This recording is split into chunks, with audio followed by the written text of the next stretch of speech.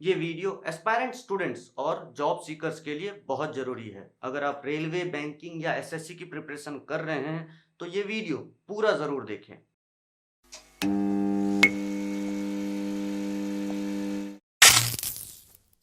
नज़रिया एक ज़रिया के इस सेगमेंट में हम आज स्टूडेंट्स के लिए एक अपडेट लाए हैं। 19 अगस्त को यूनियन कैबिनेट ने एक प्रेस रिलीज जारी की, ये बताने के लिए कि भारत में अब नेशनल रिक्रूटमेंट एजेंसी का गठन किया जाएगा।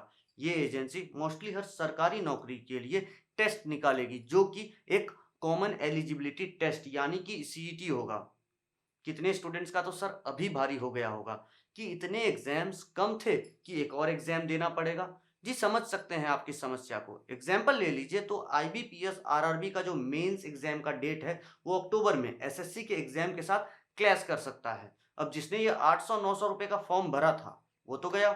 नई खुशखबरी ये आई है कि गए वो दिन जहां आप एग्जाम्स के चक्कर में शहर शहर भटका करते थे। आपको भी बचपन की यादों की तरह ट्रेन पर लटक कर एग्जाम देने जाना याद आएगा। याद आएगा वो स्टेशन पर सोना और आती जाती ट्रेन्स के बाथरूम को यूज करना, क्योंकि अब जो सीईटी एग्जाम होंगे वो एसएससी, रेलवेज और बैंकिंग के लिए एक कॉमन एग्जाम होगा। तभी तो इसको कॉमन एलिजिबिलिटी टेस्ट बोला जा रहा है। अब थोड़ा एग्जाम की बात कर ले तो ये साल में 2 बार होगा। यही स्कोर आपके मेंस के लिए कट ऑफ में यूज होगा। मतलब ये कि एक बार सीईटी का एग्जाम दे दिया तो वही मार्क्स आपके एसएससी, रेलवे और बैंकिंग के लिए मेंस में यूज होगा। मान ले कि आपका सीईटी स्कोर रहा 80% और बैंकिंग मेंस के लिए चाहिए 75%, तो आप बैंकिंग मेंस का फॉर्म भर सकते हैं। बाकी वहीं रेलवे का कट ऑफ 83% है तो आप नहीं भर सकते। तो कई के मन में ये सवाल आ सकता है कि मान ले कि तैयारी ढंग से नहीं की थी और सीईटी का रिजल्ट खराब हो गया तो क्या? तो घबराइए नहीं, ये एग्जाम साल में 2 बार होगा। तो आप ये एग्जाम फिर दे सकते हैं बेटर प्रिपरेशन के साथ अपना स्कोर इम्प्रूव करने के लिए। और हाँ, जब तक आप मैक्सिमम अलाउड एज अटेन नहीं कर लेते तब तक आप ये एग्जाम जितने बार चाहें उतने बार दे सकते हैं। अब आप बोल सकते हैं कि जी हम तो गांव में रहते हैं तो हमें तो ट्रेवल करना ही होगा। तो हाँ, कुछ साल और कोशिश की जा रही है कि हर डिस्ट्रिक्ट्स में सीईटी एग्जाम सेंटर बनाए जाएं। तो कुछ सालों में आपकी ये समस्या भी दूर हो सकती है। इससे लड़कियों को ज़्यादा फायदा मिलेगा, क्योंकि एग्जाम के समय लड़के तो किसी ना किसी तरह सेंटर पहुंच ही जाते थे, रहने का जुगाड़ कर ही लेते थे। पर लड़कियों के लिए ये समस्या थी कि वो इतने भीड़ में ट्रैवल कैसे करे और सेंटर के पास रूम मिलेगा कि नहीं। तो अब ये समस्या कम हो जाएगी, क्योंकि सेंटर पर पहले के मुकाबले अब कम भीड़ होगा, क्योंकि ये सीईटी का स्कोर अगले 3 साल तक वैलिड रहेगा। मतलब ये कि आप 3 साल तक कोई भी बैंकिंग, एसएससी और रेलवे रिलेटेड एग्जाम दे सकते हैं। बार बार प्री एग्जाम देने की झंझट ही खत्म। कोशिश ये की जा रही है कि हर सरकारी जॉब के लिए सीईटी को ही बेस बना दिया जाए, जहां हर लेवल का एंट्रेंस एडवांस में ही हो जाएगा और कोई वैकेंसी आते ही जो मेंस के लिए एलिजिबल हैं वो डायरेक्टली फॉर्म फिलअप कर सकते हैं। बाकी फ्यूचर में आप प्राइवेट कंपनियों को भी अपना ये स्कोर दिखाकर इंटरव्यूअर को खुश कर सकते हैं। मतलब ये कि आपके लिए ये अमेरिकन एसएटी एग्जाम्स का इंडियन वर्जन हो जाएगा। अब एक और सवाल और बन सकता है कि उनका क्या जो 2020 में फॉर्म भर चुके हैं।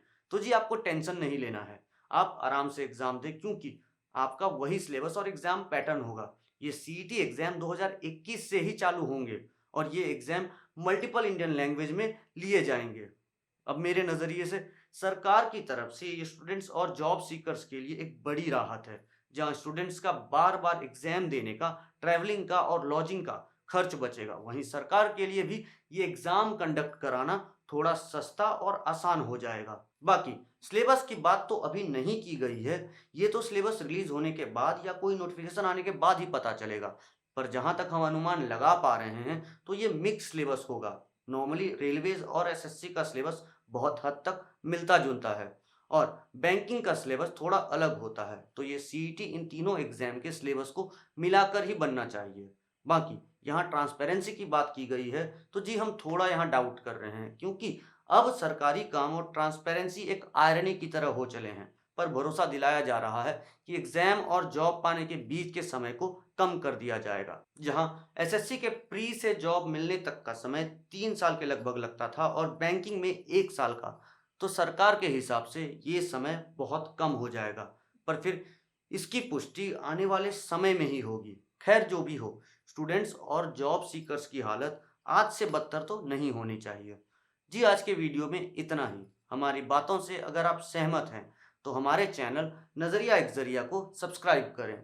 और कोई सजेशन, रिक्वेस्ट या डिमांड हो या अपना नज़रिया बताने के लिए कमेंट करें। वीडियो अच्छा लगा तो लाइक करें और इस नज़रिया को लोगों तक पहुंचाने के लिए शेयर करें। हमारे साथ लगातार जुड़े रहने के लिए आप हमें इंस्टाग्राम, फेसबुक और ट्विटर पर फॉलो करें। हमारे सोशल मीडिया का हैंडल ऊपर कोने में और लिंक नीचे डिस्क्रिप्शन में दिया है। जी धन्यवाद।